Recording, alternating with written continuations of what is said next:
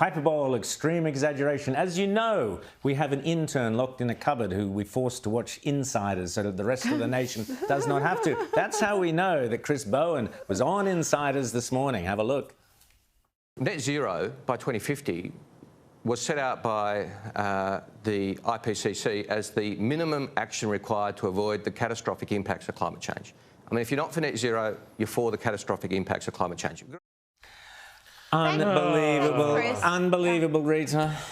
Just genius argument. If you don't agree with this absolutely insane policy platform, you want the world to end. You want literally the world to end. That's his argument. It's the sort of argument you would get from a 4-year-old child throwing a tantrum. Yeah. Well, it's non-falsifiable and it's in bad faith. I mean, this is, saying, oh, there's no discussion with our enemies or opponents because, they just simply want the world to burn. Exactly. It's medieval idiocy. Yeah. A friend of mine just texted me that his electricity bills have doubled this bill to the next one. I know, he's mistaken. It's unbelievable. They've gone down. So if you're They've gone down. Oh, of course they have. Yeah, of course they have. Yes. Well, if you think the world is coming to an end, perhaps Mr. Bowen might explain to us these headlines from The Guardian, Rita.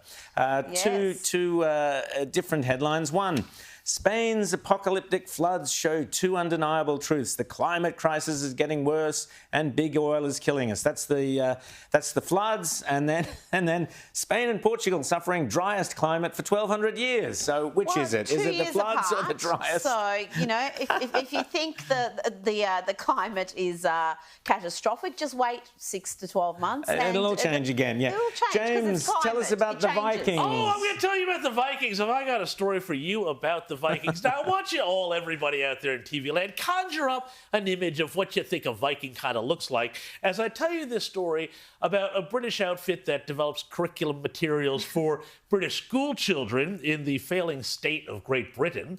They are now urging teachers to teach a less Eurocentric idea about the Vikings. They want to decolonize the curriculum, and they want to teach that Vikings weren't all white. In fact, they could have been people of color. And in fact, this group says even that they should teach students that some Vikings converted to become practicing Muslims. Now, the question, Rowan and Rita, I have about this, though, is if these Vikings, with their pillaging and their raping, became members of the religion of peace, did they suddenly stop being Vikings and look back? Because, of course, we all know, as George Bush famously said, it's the religion of peace. No more Viking stuff for them. Exactly.